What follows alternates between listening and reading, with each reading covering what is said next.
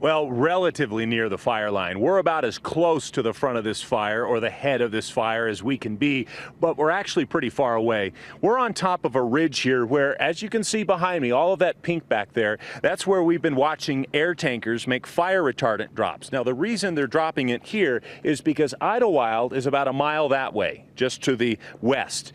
Look at the top of that pink, that peak there. And that pink fire retardant up there, that's the other side of this massive wall of fire retardant they're trying to build. As for the fire, well, we can't really see it, but we can sure see all the smoke. If you look to the east, you can see this massive plume of smoke just towering over the mountains up here near Idyllwild. The winds are out of the northwest right now, which is good because that's blowing the fire away from the homes. But as we know, anything can change. Let's go to Air 7 HD right now. I believe over the fire, showing the flames right now in the San Jacinto wilderness here. Again, this is pretty far away from homes. So again, burning very hot, very fiercely, but for the time being, away from the populated area. Now let's go to some video we shot earlier this morning. You can see all of these fire engines that have responded from all over Southern California. I'm talking, you know, Newport Beach, Santa Monica, Beverly Hills, Fullerton. We've seen them coming from everywhere.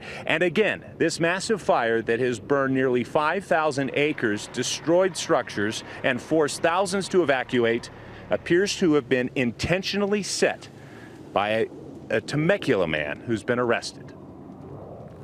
We have a suspect in custody. He's been charged with 5 counts of arson, and CAL FIRE made that arrest with good eyewitnesses on 5 of those fires to where we could take him into custody.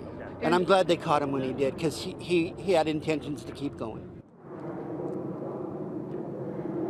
Now, this is a map of the 4,700 acres that have burned. The fire started along the lower left-hand corner, and now we're back live where we're expecting to see another fire retardant drop. But just so you know, we had a map up on the screen earlier in the show, and it shows where the fire started along Highway 74 to the southwest.